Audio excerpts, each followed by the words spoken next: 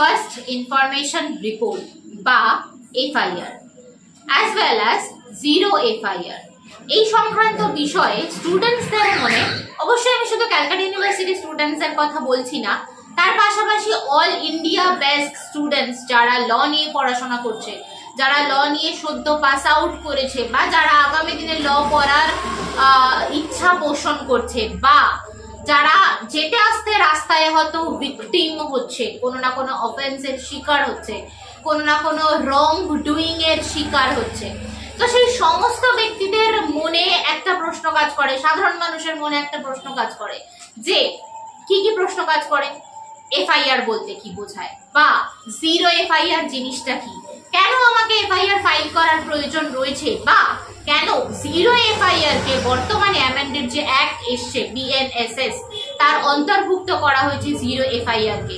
আচ্ছা, এফআইআর ফাইলের ক্ষেত্রে কোন কোন ইনফরমেশন গুলো থাকা জরুরি এফআইআর এর মধ্যে, ফার্স্ট ইনফরমেশন রিপোর্টের মধ্যে, এই সমস্ত প্রশ্নের উত্তর আজকে আমরা খুঁজবো এই ভিডিওর মারফতে। অর্থাৎ তোমাদের সাথে আজকে যে টপিক নিয়ে আমার ওয়েস্ট বেঙ্গল ল একাডেমির পক্ষ থেকে তোমাদের অ্যাডভোকেট ইন্দ্রাণী ম্যামের যে ক্লাস লেকচারও বলতে পারো, যে ডিসকাশন, সেটা হচ্ছে জিরো এফআইআর রিগার্ডিং, হ্যাঁ, এবং তার পাশাপাশি আনুষঙ্গিক কিছু সাব টপিকস এর মধ্যে ইনক্লুডেড থাকছে, যার প্রশ্নগুলো আমি অলরেডি বলে দিলাম।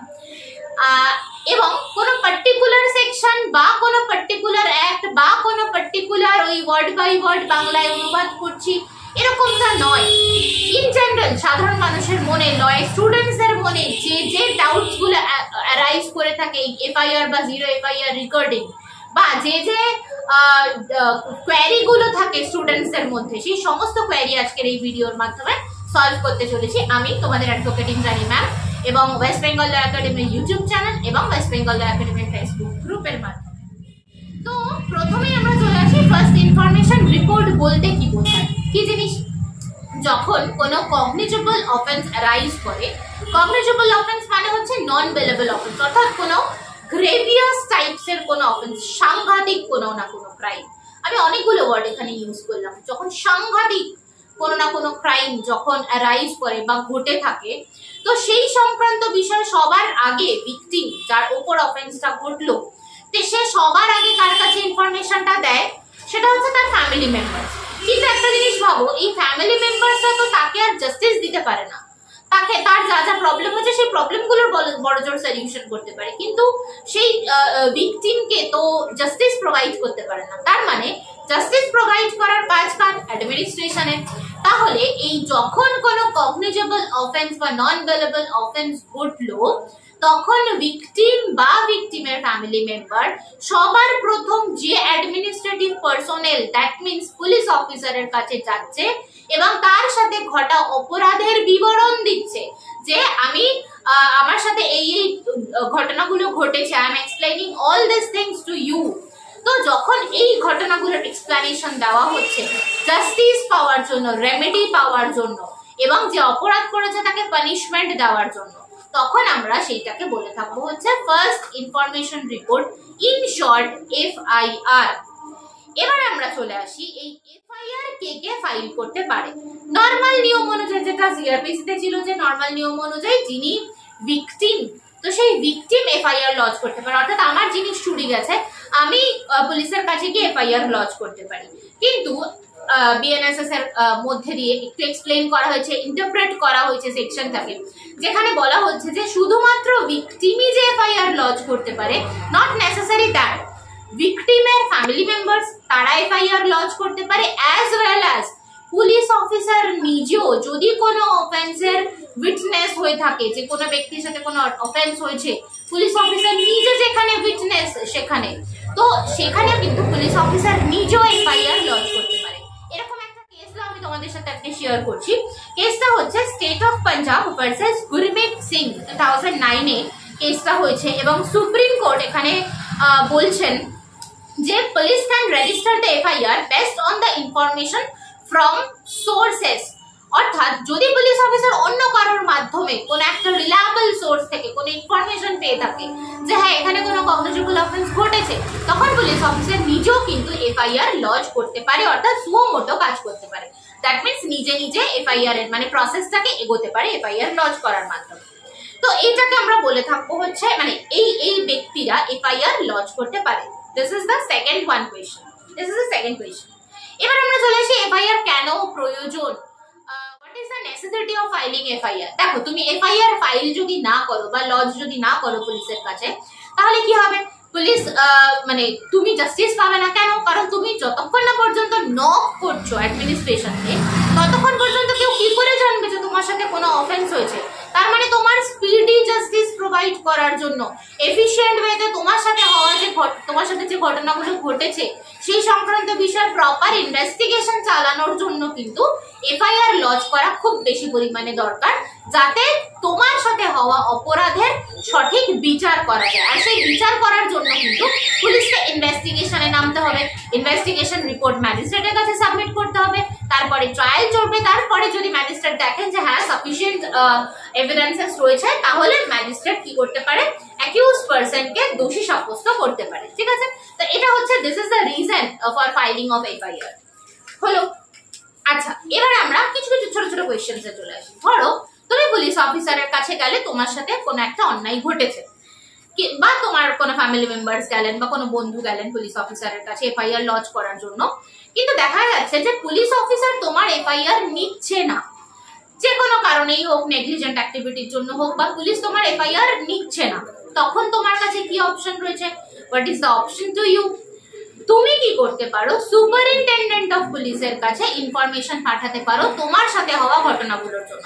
আচ্ছা, তার আগে একটা জিনিস বলে দিই, এফআইআর কে, তার নাম কি, তার অ্যাড্রেস কি, তুমি কাকে সন্দেহ করছো মানে অ্যাকিউজ পারসন কে, তার নাম কি, তার whereabout কি, কি কি ঘটনা তোমার সাথে ঘটেছে, মানে কোন বিষয়ের ভিকটিম তুমি, কি কি ঘটনা তোমার সাথে ঘটেছে। যদি সেক্সুয়াল অফেন্সেস হয়ে থাকে তাহলে এক্স্যাক্টলি মোটামুটি কোন সময় মেডিকেল রিপোর্ট একটা সাবমিট হয় সেখানে। আচ্ছা, কি মোটামুটি আন্দাজ কোন সময় তোমার সাথে এই অফেন্সটা ঘটেছে, এই যাবতীয় ইনফরমেশনস গুলো কিন্তু এফআইআর এর মধ্যে লাগু করা হয়ে থাকে। ঠিক কোন জায়গায় তোমার সাথে অপরাধটা করা হয়েছে, মানে প্লেস অফ দ্য অকারেন্স যাকে বলা হয়ে থাকে, কোথায় তোমার সাথে এই ঘটনাটা ঘটেছে, এগুলোও কিন্তু ওখানে ইনপুট করতে হয় এফআইআর এর মধ্যে। আচ্ছা, তো এবার আমরা যেখানে ছিলাম যে সুপারিনটেন্ডেন্ট অফ পুলিশের কাছে আমাকে এফআইআরটা পাঠাতে হবে, ইমেইলের মাধ্যমে পাঠাতে পারি, রিটেন ফরম্যাটে পাঠাতে পারি, বা নর্মালি পেন পেপারের মাধ্যমে আমি রাইট করে পাঠাতে পারি সুপারিনটেন্ডেন্ট অফ পুলিশের কাছে। কখন? যখন আমি দেখছি যে আমার এলাকার পুলিশ স্টেশন থেকে আমার এফআইআরটা নিচ্ছে না। ঠিক আছে, আমি ভিকটিম, আমার এফআইআর নিচ্ছে না, তার মানে আমাকে তো রেমেডি পেতে হবে, আমি অ্যাকিউজ ব্যক্তিকে পানিশমেন্ট দিতে চাই, তখন কি করবো, সুপারিনটেন্ডেন্ট অফ পুলিশের কাছে আমি ইনফরমেশন পাঠাবো।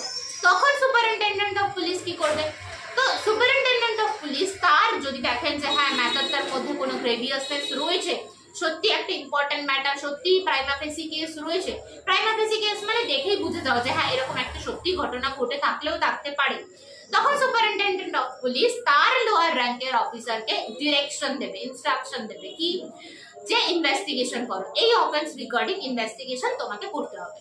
বা কখনো কখনো সুপারিনটেন্ডেন্ট অফ পুলিশ নিজেও কেসটাকে দেখেন, কিন্তু মানে নিজেও ইনভেস্টিগেশন কিন্তু করে থাকেন, এবং সেই ইনভেস্টিগেশন করার পরে তার রিপোর্টটা ম্যাজিস্ট্রেটের কাছে সাবমিট করতে হবে। তো এটা হলো প্রসিডিওর যখন পুলিশ রিফিউজ করছে to note down the FIR. আচ্ছা, এবারে দেখা গেল যে ভিকটিম, নেক্সট কোয়েশ্চেনে চলে আসি। ধরো ভিকটিম গেল পুলিশ স্টেশনের কাছে এফআইআর লজ করার জন্য, ভিকটিম মুখে বলছে পুলিশ অফিসারকে, কোনো কিছু লিখে আনেনি, কোনো ডকুমেন্টস লিখে আনেনি এফআইআর, তখন কি সেখান থেকে নোট ডাউন করা হবে, মানে ভিকটিম যা যা বলছেন সেই কথাগুলোকে নোট ডাউন করা হবে, রিটেন ফরম্যাটে লেখা হবে। নোট ডাউন করার পরে সেই যেটা লেখা হয়েছে সেটা ভিকটিমকে পড়ে শোনানো হবে, তারপরে ভিকটিম সেখানে কি করবে, সাইন করবে। আচ্ছা, গেল, দেখা গেল যে ভিকটিমের পক্ষে নেক্সট স্টেজে, ধরো ভিকটিমের পক্ষে এফআইআর ফাইল করার জন্য পুলিশ স্টেশন অব্দি যাওয়া পসিবল হচ্ছে না, গুরুতর অসুস্থ ভিকটিম, পুলিশ স্টেশন পর্যন্ত যেতে পারছে না, তাহলে কি সে রেমেডি পাবে না? অ্যান্সারটা হচ্ছে হ্যাঁ পাবে। তার প্রসেস কি? তার প্রসেস হচ্ছে তখন ভিকটিম ই ফাইলিং করতে পারে, অর্থাৎ এফআইআর কে পার্টিকুলার ওই এলাকার পুলিশ স্টেশনের যে অফিসিয়াল পোর্টাল রয়েছে সেখানে গিয়ে ই এফআইআর লজ করতে পারে। যবেই এফআইআর লজ হবে তার 3 days এর মধ্যে ওই ব্যক্তিকে ওই যে এফআইআরটা লজ করা হয়েছে, পুলিশ অফিসারের রেসপন্সিবিলিটি সেটা যে ব্যক্তি এই এফআইআরটা লজ করেছেন তাকে দিয়ে সাইন করিয়ে নেওয়া। মানে যেহেতু যেটা এফআইআর ফাইলিং হয়েছে তো সেটার একটা কপি বার করে সেখানে পড়ে শুনিয়ে তারপরে তাকে দিয়ে সাইন করিয়ে নেওয়া। তো এই গেল হচ্ছে এফআইআর এর প্রসেস, যে এই পদ্ধতিতে এফআইআর লজ করা যেতে পারে। নেক্সট প্রশ্ন সেটা হচ্ছে যেটা আজকে আমাদের মেইন টপিক, এই জিরো এফআইআর আমি আসতে পারতাম না যদি না আমি এফআইআর এর প্রভিশনটা বলতাম। এবার আমরা চলে আসি যে জিরো এফআইআর বলতে কি বোঝায়। দেখো, জিরো এফআইআর সিআরপিসির মধ্যে ছিল না, তাহলে কি বিষয়টা নতুন? একদমই নতুন নয়। এর আগেও বিভিন্ন কমিটি ডিসকাশনের মাধ্যমে জিরো এফআইআর ইন্ট্রোডিউস করার কথা বলা হয়েছে, প্রয়োজনীয়তা অনুভব করা হয়েছে। আগে আমি বলি জিরো এফআইআর জিনিসটা কি। ইন জেনারেল কি হতো আগে, যে বিএনএসএস এর আগে আর কি, যে যেখানে মানে ভিকটিমের যিনি মানে যেটা রেসিডেন্সিয়াল প্লেস, সেই প্লেস অনুযায়ী যেখানে ভিকটিম বসবাস করছে সেই রেসিডেন্সিয়াল প্লেস অনুযায়ী পুলিশ স্টেশনে গিয়ে ভিকটিমকে এফআইআর লজ করতে হবে। আচ্ছা, ধরো আমি বর্তমানে আমার মেইন ব্রাঞ্চে এবং আমার চেম্বারে বসে আছি গড়িয়াতে। ধরো আমার সাথে কোনো একটা ঘটনা ঘটলো, আমি ধরলাম সেটা বারাসাতে আমার সাথে কোনো একটা ঘটনা ঘটলো, তার মানে আমাকে ওখান থেকে আবার রিটার্ন আসতে হবে গড়িয়াতে আগের নিয়ম অনুযায়ী, এবং গড়িয়ার পুলিশ স্টেশন মানে এখানের পুলিশ স্টেশন যেমন নরেন্দ্রপুর, তো সেই নরেন্দ্রপুর পুলিশ স্টেশনে গিয়ে আমাকে এফআইআর লজ করতে হবে। আচ্ছা, যদি কোনো সেক্সুয়াল অফেন্স ঘটে তাহলে এতটা মুভ করে এসে আবার পুলিশ স্টেশনে যাওয়া, নরেন্দ্রপুর পুলিশ স্টেশনে মানে আমার লোকাল জুরিসডিকশনে যাওয়া, পুলিশ স্টেশনে গিয়ে আমাকে এফআইআর লজ করা, তো এত সময়ের মধ্যে যে কোনো রকম মানে এভিডেন্স লস হতে পারে, আমাকে ফালতু হ্যারাসমেন্টের শিকার হতে হচ্ছে। যেখানে আমার সাথে ঘটনাটা ঘটেছে আমি সেখানে পুলিশ স্টেশনে যদি আমি ইজিলি চলে যেতাম, সেখানে গিয়ে আমি এফআইআরটা লজ করে দিতাম, তাহলে আমাকে এত হ্যারাসমেন্টের শিকার হতো না, এত সময় নষ্ট হতো না, অপরাধী পালিয়ে যাওয়ার সুযোগ পেতো না, এভিডেন্সেস নষ্ট হতো না।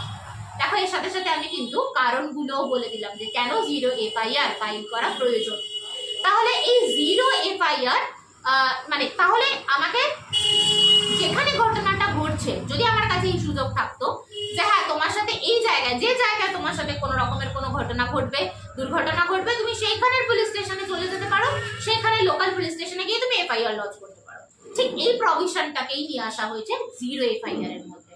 অর্থাৎ টেরিটোরিয়াল বাউন্ডারির বাইরে গিয়ে, নিজের টেরিটোরিয়াল বাউন্ডারির বাইরে গিয়ে তোমার সাথে যদি কোনো ঘটনা ঘটে, কোনো অফেন্স ঘটে, তুমি যেখানে প্লেস অফ দ্য অকারেন্স যেটা থাকছে সেইখানের পুলিশ স্টেশনে গিয়ে তুমি এফআইআর লজ করতে পারো। এবার কেন এটা জিরো নাম দেওয়া হয়েছে? কারণ প্রত্যেকটা এফআইআর এর একটা নাম্বার থাকে, কিন্তু যেখানে প্লেস অফ অকারেন্স সেটা তোমার লোকাল জুরিসডিকশন নয়, তো সেখানে পুলিশ অফিসার ওই যখন তোমার এফআইআরটা লজ করছেন তখন জিরো নাম্বারে সেটাকে নোট ডাউন করছেন। তারপরের প্রসেসটা কি, তিনি ওই প্লেস অফ দ্য অকারেন্সের যে পুলিশ স্টেশন রয়েছে তিনি ওই এফআইআর কপিটাকে পাঠিয়ে দিচ্ছেন। তার মানে তুমি কিন্তু রিলিফ পেয়ে গেলে, তুমি নির্দিষ্ট রিজনেবল টাইমের মধ্যে তোমার সাথে যখন ঘটনা ঘটেছে তুমি এফআইআরটা লজ করে দিলে, প্রসেসিং এ ফেলে দিলে অ্যাডমিনিস্ট্রেশনে। এরপরে ওই পুলিশ স্টেশন থেকে ওই এফআইআর এর কপিটা পাঠিয়ে দেওয়া হবে আমার লোকাল জুরিসডিকশন, অর্থাৎ আমার সাথে ঘটনা ঘটেছে তা আমার লোকাল জুরিসডিকশনে সেটা পাঠিয়ে দেওয়া হলো, পুলিশ স্টেশনে সেটা পাঠিয়ে দেওয়া হলো। তারপরে নেক্সট প্রসিডিওর এগোচ্ছে, অর্থাৎ ইনভেস্টিগেশন হবে, ইনভেস্টিগেশন রিপোর্ট ম্যাজিস্ট্রেটের কাছে সাবমিটেড হবে, নেক্সট প্রসিডিওর যেমনটা ছিল সেইটা হবে। তো এই জন্য এটাকে আমরা বলে থাকি হচ্ছে জিরো এফআইআর।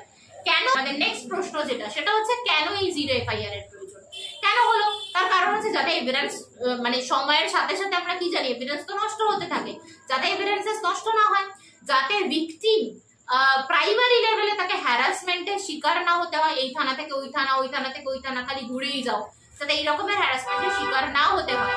তাই জন্যই এবং স্পিডি যাতে রেমেডি পাওয়া যায়, ইনভেস্টিগেশনকে যাতে সঠিকভাবে পরিচালনা করা পসিবল হয়, এই উদ্দেশ্যে জিরো এফআইআর কে নিয়ে আসা হয়েছে। আচ্ছা, এই জন্য এটা বিএনএস এর অন্তর্ভুক্ত হয়েছে। একটা ছোট্ট জিনিস যেটা এই জিরো এফআইআর এর সাথে বা এফআইআর এর সাথে রিলেটেড, জিরো এফআইআর এর সাথে মূলত রিলেটেড। তো পুলিশ অফিসার কোনো স্টেপ নেওয়ার আগে, অর্থাৎ আমি যার নামে ধরো এফআইআর ফাইল করলাম, নর্মাল নিয়ম কি যে পুলিশ অফিসার তাকে যাবে অ্যারেস্ট করে নিয়ে চলে আসবে, কিন্তু না, পুলিশ অফিসার কি করবে, একটা preliminary enquiry, code and code preliminary enquiry বলে একটা ওয়ার্ডকে ইউজ করা হয়েছে সেকশন 173 অফ বিএনএসএস তার আন্ডারে। যেখানে পুলিশ অফিসার একটা প্রাইমারি এনকোয়ারি করবে যে আদৌ এই অফেন্সটা ঘটেছে কিনা, অর্থাৎ এটা প্রাইমা ফেসি কেস কিনা। প্রাইমা ফেসি কেস মানে যেখানে পুলিশ অফিসার দেখে বিষয়টা বুঝতে যাচ্ছে যে হ্যাঁ ঠিক আছে এরকমটা ঘটেছে, আমাকে আরো ফার্দার ইনভেস্টিগেশন করাটা খুব দরকার। তার মানে এই প্রিলিমিনারি এনকোয়ারিটা কিন্তু পুলিশ অফিসার করবে, তারপরে নেক্সট প্রসেসে অর্থাৎ অ্যারেস্ট করা, অ্যাকিউজ ব্যক্তিকে কোর্টে প্রডিউস করা 24 আওয়ার্স এর মধ্যে, এই ধরনের প্রসেস গুলো এগোতে থাকবে। ঠিক আছে, তাহলে এইটাকে আমরা বলে থাকি জিরো এফআইআর। তাহলে আজকের এই ভিডিওর মাধ্যমে আশা করি তোমাদের মনে যে যে কোয়েশ্চেন গুলো ছিল যে এফআইআর কি জিনিস, কেন জিরো এফআইআর কে নিয়ে আসা হয়েছে, আচ্ছা তাহলে সিআরপিসি আর বিএনএসএস এর মধ্যে কি হিউজ ডিফারেন্স, একটা প্রভিশনকে বিএনএসএস এর মধ্যে তো ঢুকিয়ে দেওয়া হলো, কিন্তু কেন ঢোকানো হলো, তার পেছনে লজিকটা কি, তাহলে কি কোনো না কোনো সোসাইটিতে চেঞ্জেস হয়েছে যার জন্য, কারণ সোসাইটির সাথেই তো লটাকে চেঞ্জ করা হয়ে থাকে। তো আশা করি এই যাবতীয় যা কোয়ারি, যেটা অল ইন্ডিয়া বেস্ট স্টুডেন্টস যারা রয়েছে, যারা ল নিয়ে পড়াশোনা করছো, যারা ল নিয়ে পড়াশোনা করবে ভাবছো, বা যারা কমন পিপল, তাদের মনের বিভিন্ন রকমের প্রশ্নের সলিউশন আজকে আশা করি দিতে পারলাম। তো এইরকমই আরো বিভিন্ন বিভিন্ন টপিক নিয়ে তোমাদের সাথে আমি ডিসকাশনে আসতে চলেছি ওয়েস্ট বেঙ্গল ল একাডেমি ইউটিউব চ্যানেল এবং ওয়েস্ট বেঙ্গল ল একাডেমি ফেসবুক গ্রুপে। তো আজকের জন্য ভিডিওটি এই পর্যন্ত।